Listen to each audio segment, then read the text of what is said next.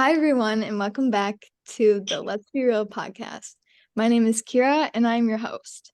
I'm a junior here at SUNY Brockport, and I'm a Spanish major, hoping to someday get a job as a translator. I'm joined here today by my co-host, Faith, who is going to tell us a bit about herself as well. Hi, everyone. My name is Faith. I'm a senior at SUNY Brockport. I'm currently studying liberal arts. I've switched my major about 10 million times and finally decided to pursue a degree in order to complete my bachelor's. After I finish that, my plan is to pursue a degree in paralegal studies and hopefully one day go to law school. We're joined by our special guest, Izzy. Izzy has dealt with anxiety for most of her life, and we're so glad to have her here to talk about her experiences with it. She is a hardworking, sympathetic, and relatable person who we felt would fit best for our theme for the podcast. Izzy, would you like to say a few words about yourself? Of course. My name is Izzy. I'm 21. I graduated in 2020. I work at Velocity right now, and I've been working straight out of high school. Um, I've known Faith and Kiera for a very long time, and I'm excited to be here. So glad to have you on today, Izzy. Thank you for being here. Okay, so today we're going to be talking about anxiety. We'll be discussing what it is, our experiences with it, and how it affects different people. So I will hand it over the mic to my co-host Faith to give you guys a good explanation of anxiety and what it entails. So, anxiety, in terms of an official definition, it's a feeling of worry, nervousness, or uneasy, typically about an imminent event or something with an uncertain outcome. There are many symptoms of anxiety that go hand in hand with this definition. Some symptoms are panic attacks, feeling restless, can't sit still, sweating, or hot flashes, a fast heartbeat, throwing up, not being able to sleep, and so much more. The list could go on and on. Now that we have summed up what anxiety is and the effects of it, we're going to be talking about our own experiences and giving our guest a chance to explain her journey with anxiety. First, I'm going to talk about my journey. It all started in high school, and I'll get super anxious in class and have a hard time focusing, and I'll get scared to get called on and have a fear of not knowing the correct answer. This only got worse as I got older, and a lot of the times it would be speaking projects. Senior year in my Spanish class, we had to do a 5-minute how-to speech fully in Spanish. And although this was my favorite class, when it was my turn to go up and speak, my voice was shaky, my hands were shaky, and I ended up getting a rash on my chest from how worked up I was. And that's when I knew I had pretty severe anxiety. Wow, that must have been a lot for you being so young and dealing with all of that. Yep. As I've gotten older, I think my anxiety has gotten worse. I'm always anxious about something, whether it's driving, class, work, whatever you can think of. When I first started college, everything was online because of COVID. So when I transferred to Brockport and had to start taking in-person classes, I experienced like my first real anxiety attack. I could barely even go to class. It was not the best experience. Yeah. It was more so the stress of having to meet new people, not knowing my way around campus, and everything else that's involved in that. I mean, now I've learned how to get through it, but it's definitely worse now than it was when I was younger. So now that we have heard a little bit about our own experiences with anxiety, I want to turn to our guest, Izzy, to talk about her experience. So, Izzy, what was your first experience with anxiety that you can remember? And tell us about the age you experienced anxiety and the symptoms you were feeling. Well, my first experience with anxiety has to be when I was younger. I didn't really know too much about what it was until I was older. I can remember being little and experiencing certain things like a super fast heart rate or very much panic in a lot of things that I did. And as I got older, it started to be more of a conversation to talk about. More people were dealing with it the older I got. So I was asking for help from people to try and identify what this feeling was. It wasn't until about 2020 I had my first real anxiety attack. We were sitting at like my kitchen table, and a memory had popped up, and it was when I had gotten into a car accident, and it was like the anniversary of it, and I just had a terrible anxiety attack. And I couldn't breathe. I couldn't speak. I honestly thought I was having a heart attack, and it was a very scary experience for me. Um, but right now, I definitely experience it even more. Um, with my job as well, I have a lot of anxiety with that. I'm always on the phone with people, talking to them all day long, and I'm just now starting to find things to help me deal with it. It's crazy. We've all had such terrible experiences like this since we were so young. Mm. Um, I mean, I know there's medication to help these. Some of those are Prozac, Zoloft, Lexapro. Um, I know some people have very different thoughts on it. Those are the most common ones. I have never been on medication, but I've thought about it. I'm not sure how it would affect me, and I don't know that it would be the best option for me. I'm sure everybody has a different way of handling it. Right. I myself have drawn away from using medication to treat anxiety due to all the symptoms that come with it. People always say that medications make you lose or gain weight, make you feel like a zombie with no emotions, and even get really sick. So naturally, I've just been uninterested. But I did try hydroxyzine, and this is essentially an allergy pill, but it does calm you down and feels more natural than a heavy antidepressant. Turning the conversation to Izzy, have you ever taken medications for your anxiety? I have taken medication. I have taken hydroxyzine as well. I've always tried to steer away from medication because I've seen it and how it affects people with my own family members as well. So I definitely try to stay away from it as much as I can.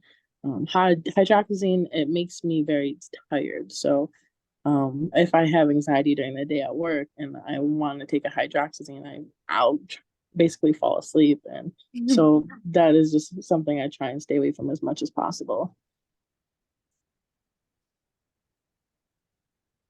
So I guess the next question would be, what are some other coping mechanisms if medicine isn't what someone chooses? The most common mechanisms are like the 3-3-3 technique, where you look around, you identify 3 objects, 3 sounds, and 3 moving parts of the body.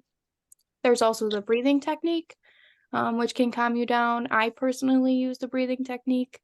I usually take a few minutes, take some deep breaths to calm me down. If I begin to have like an attack, I tend to move to a quiet room or outside with less noise and commotion.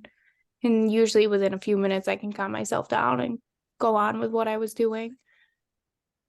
It's good that you found your own techniques to help you. I personally like to grip my thumb and hold on until I can hear a heartbeat.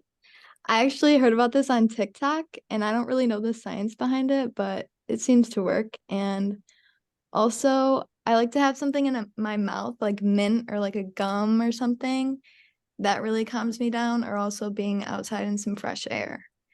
But I want to know what Izzy's coping mechanisms are. Would you like to share yours, Izzy?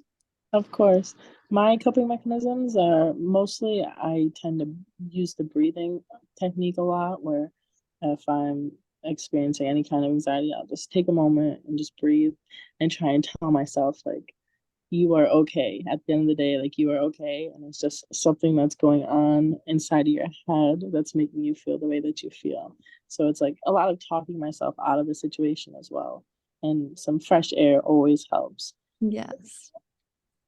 All right, those are great. Do you think your coping mechanisms have changed over time? Like, do you think they've changed from when you were younger to now, like being able to cope with it better? I definitely think they've definitely changed over time. Like I said before, I never really understood what it was or what to do with it when it happened when I was little. Yeah. So the older I get, the more I'm able to identify what's happening and try and take control of the situation the best that I can. Yeah, I feel the same way. Now I'm really interested to see your guys' answers for this question. Did either of you have any moment in your life where you had somebody around you telling you that you were just nervous and that it wasn't really anxiety? Faith, how about you start us off? Oh yeah, most definitely, especially when I was younger. I used to be told to get over myself and grow up, which I think really made it worse as I got older. Um, it made it really hard to deal with my feelings, and now I don't really know how to deal with them.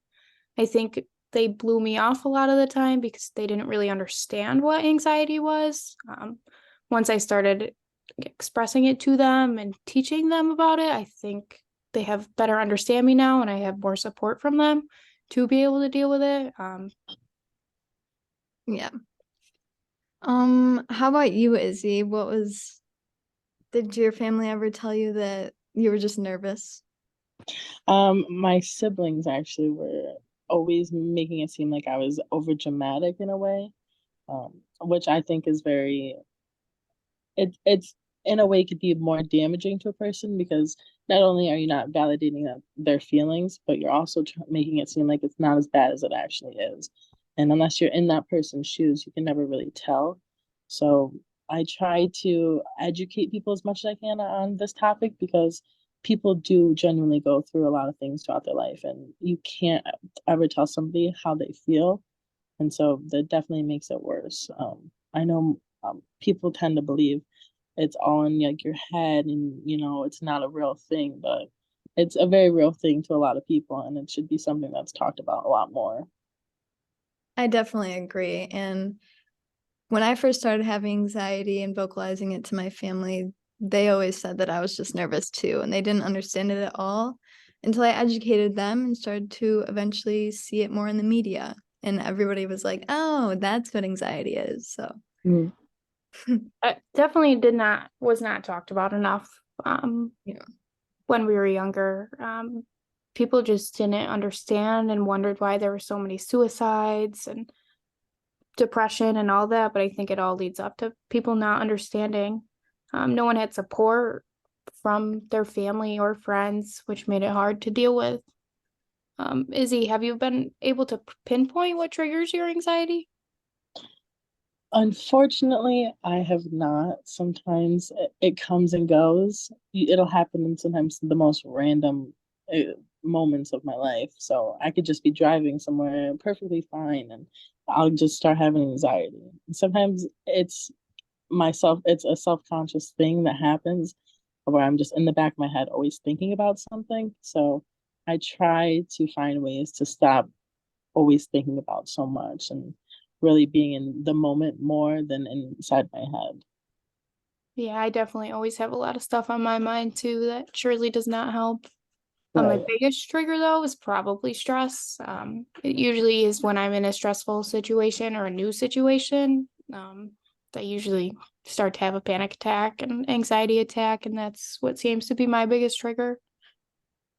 New things really freak me out too, but what triggers my anxiety is probably big crowds, any sort of public speaking, and talking to somebody at a cash register. I don't know why, but that just like really scares me.